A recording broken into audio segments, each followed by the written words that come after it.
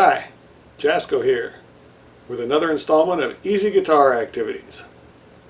So today we're going to be learning two new chords, and then in a future lesson, probably the next lesson, we're going to be putting those chords to use in the service of playing a song. So the chords we're going to learn today are C, sounds like that and looks like that, and G.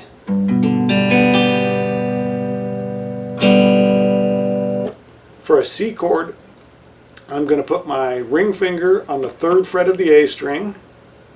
My middle finger is on the 2nd fret of the D string. The G string is going to be open.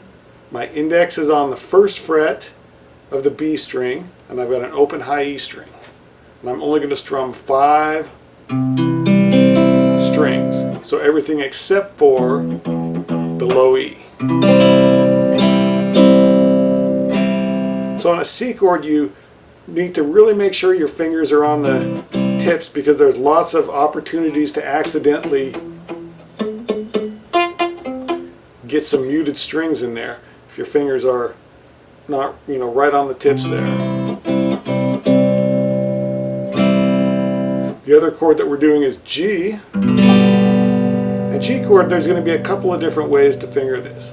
I could use my middle finger on the 3rd fret of the low E, index finger on the 2nd fret of the A string, and ring finger on the 3rd fret of the high E string.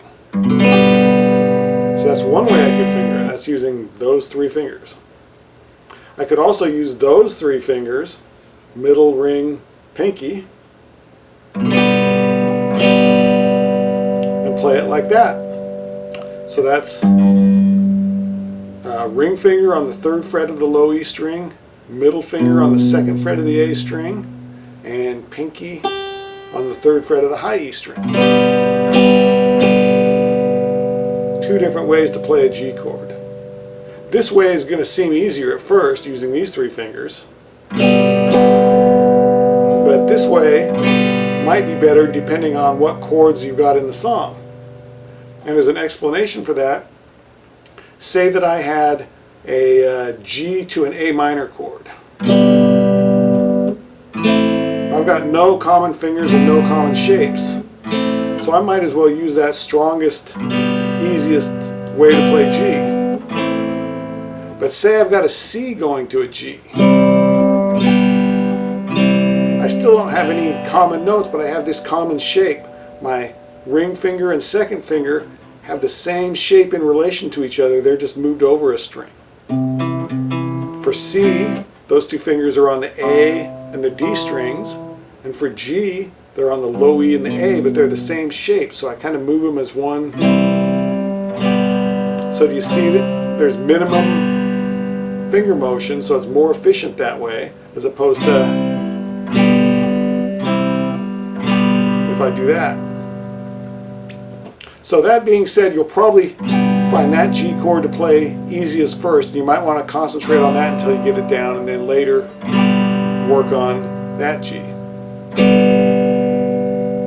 So let's do a close-up of my fingers on my fretting hand there so you can see this.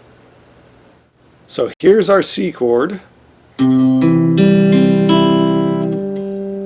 Ring finger on the 3rd fret of the A string, middle finger on the 2nd fret of the D string, and index finger on the 1st fret of the B string.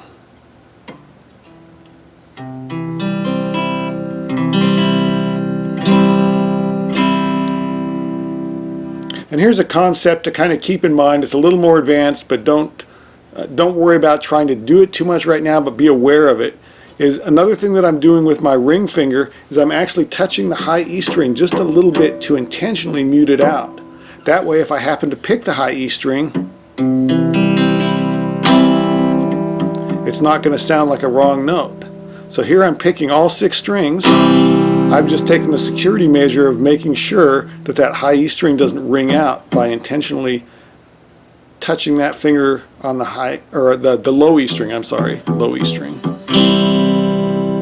If I didn't do that and I happened to accidentally strum all 6 strings, You have that in there, which is still technically a note that's in the chord, but might not be what you want for your bass note most of the time on a C chord. G,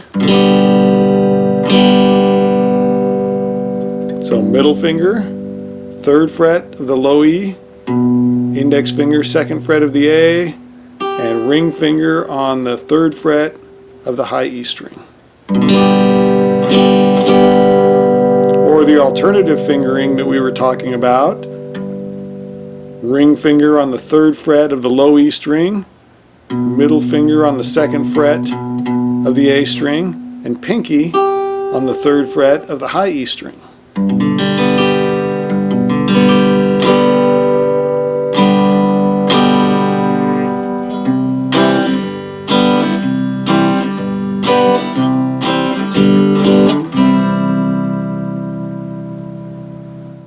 Work on those C and G chords, and we'll see you next lesson with some songs that we can play with those.